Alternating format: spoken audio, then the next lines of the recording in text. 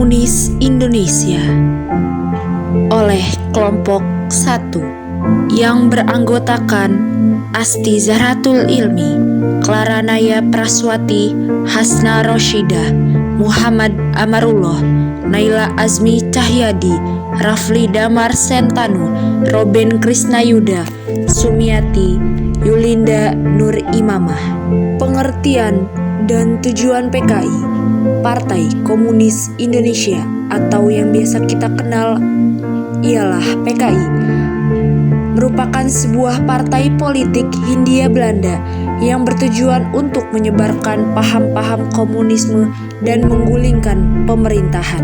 Terbentuknya PKI berawal dari sebuah organisasi bernama Indisch Social Democratische Vereniging (ISDV).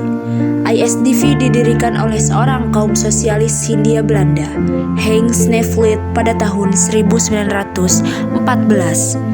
Snevely memiliki misi untuk menanamkan paham Marxisme Komunisme terhadap perjuangan nasional Indonesia. Cara yang Snevely lakukan yaitu dengan menyebarkan pemahamannya tersebut melalui organisasi buruh kereta api di Semarang. Pada Kongres ISDV di Semarang, Mei 1920, nama organisasi ini diubah menjadi Perserikatan Komunis di Hindia, PKH. Semaun menjadi ketua dalam partai tersebut, dengan dibantu oleh Darsono sebagai wakil. Semaun sendiri merupakan salah satu tokoh penting dalam sebuah organisasi bernama Sarekat Islam. Di organisasi tersebut, Semaun juga berusaha untuk menanamkan paham komunis yang kemudian menimbulkan perpecahan dua kubu antara si merah komunis dan si putih agamis. Pada tahun 1924, diadakanlah Kongres Komintern kelima, di mana hasil dari kongres tersebut adalah adanya pengubahan nama kembali menjadi Partai Komunis Indonesia (PKI). Tokoh-tokoh yang terlibat di dalam PKI seperti Henk Snevely, Semaun, Darsono, Busso, Haji Misbah, Amir Syarifuddin, DN Aidit, Letnan Kolonel Untung.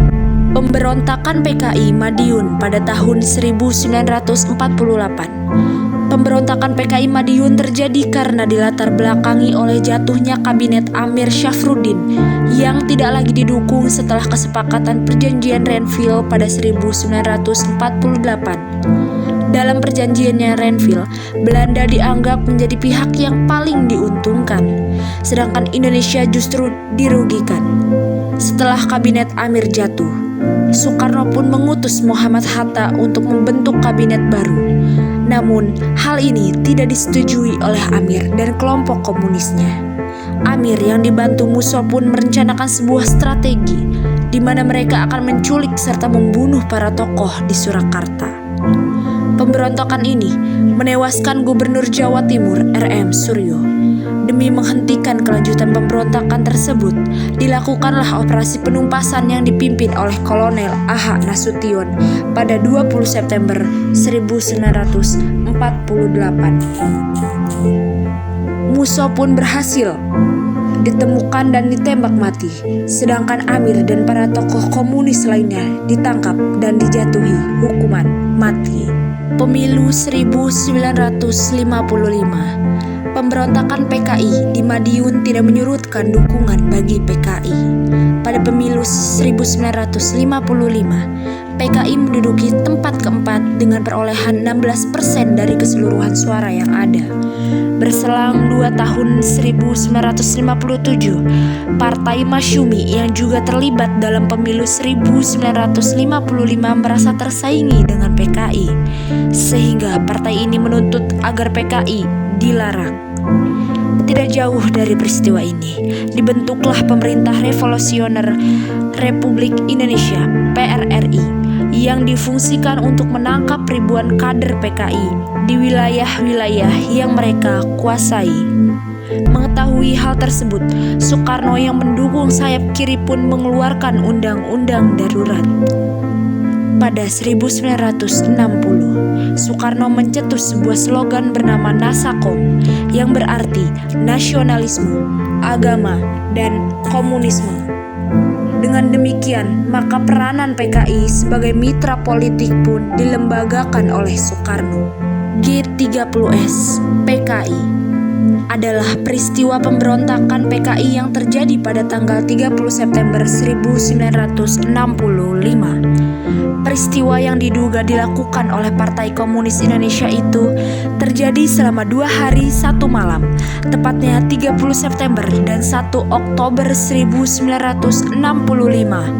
Latar belakang pemberontakan G30S PKI adalah keinginan PKI untuk merubah ideologi bangsa dan bentuk negara Indonesia. PKI melalui kekuatan politiknya merasa khawatir dengan kesehatan Presiden Soekarno yang memburuk dan menganggap usia Soekarno tidak akan lama lagi. Kesimpulan tersebut didapatkan usai pingsannya Soekarno pada saat pidato bulan Agustus 1965. Hal ini menyebabkan persaingan tajam antara PKI dan TNI yang berseberangan politik. Kronologi peristiwa G30S PKI. Pada tanggal 30 September 1965, PKI di bawah Letkol Untung melakukan penculikan terhadap para petinggi PKI yang dianggap sebagai Dewan Jenderal yang akan menggulingkan kekuasaan Soekarno. Penculikan ini dilanjutkan dengan pembunuhan para jenderal yang menolak mengakui akan melakukan pemberontakan. Jasad para jenderal TNI Angkatan Darat dimasukkan ke lubang sumur tua di kawasan Pondok Gede, Jakarta, atau yang biasa kita kenal yaitu Lubang Buaya. Pemberontakan G30S PKI menyebar ke berbagai wilayah lain seperti Jawa, Yogyakarta. Pada tanggal 1 Oktober 1965, Cakrabirawa di bawah pimpinan Maijen Soeharto dikerahkan guna menguasai RRI dan telekomunikasi guna menyebarkan kabar Presiden Soekarno dan A.H. Nasution dalam keadaan selamat. Pada tanggal 2 Oktober 1965, operasi berlanjut ke kawasan Halim Perdana Kusuma, tempat PKI mundur dari kawasan Monas. Atas petunjuk polisi Sukitman yang lolos dari pembunuhan PKI, pemerintah menemukan tempat jenazah para perwira TNI di lubang sumur tua, yaitu Lubang Buaya, di kawasan Pondok Gede, Jakarta. Pada tanggal 4 Oktober 1965, dilakukanlah pengangkatan jenazah para petinggi TNI Angkatan Darat dan keesokan harinya dimakamkan di Taman Makam Pahlawan, Kalibata, Jakarta. Akibat pemberontakan G30S PKI, petinggi-petinggi Tentara Nasional Indonesia, Angkatan Darat, dan sejumlah korban lainnya meninggal dunia. Pasca peristiwa ini, dilakukanlah penangkapan kepada pihak-pihak yang dianggap terlibat dan bertanggung jawab atas tragedi tersebut.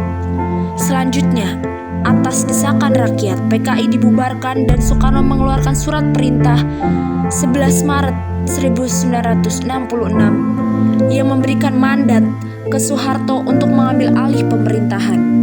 Soeharto sebagai pemimpin tertinggi kemudian mengeluarkan larangan terhadap PKI dan ormas-ormas di bawahnya. Hingga kini tanggal 30 September diperingati sebagai peringatan pemberontakan G30S PKI. Runtuhnya PKI harus dibubarkan pada tahun 1966. Hal ini dikarenakan PKI disebut terlibat dalam gerakan 30 September 1965 atau G30S PKI, yaitu suatu upaya kudeta yang menewaskan 6 orang jenderal, 1 perwira TNI Angkatan Darat, dan beberapa orang lainnya. Akibat dari gerakan ini timbul gejolak ketidakpuasan rakyat yang menuntut Tritura pada tahun 1966. Salah satu isi dari Tritura adalah pembubaran PKI beserta ormas-ormasnya. Sebagai tindak lanjut dari aksi Tritura ini, pemerintah membubarkan PKI pada tanggal 12 Maret 1966. Pembubaran PKI ini tertuang dalam ketetapan MPRS nomor 25 MPRS 1966 tentang larangan ajaran komunisme atau Marxisme. PKI PKI dianggap sebagai organisasi terlarang di wilayah Indonesia, sehingga harus dibubarkan. Selain itu, alasan dibubarkannya PKI adalah karena ideologi komunisme sangat bertentangan dengan ideologi Indonesia, yaitu Pancasila. Alasan dibubarkannya PKI adalah karena terlibat dalam gerakan 30 September 1965 atau G30 SPKI dan ideologi komunisme yang bertentangan dengan Pancasila. Begitulah sejarah peristiwa Partai Komunis di Indonesia. Terima kasih telah menonton video ini dan sampai jumpa.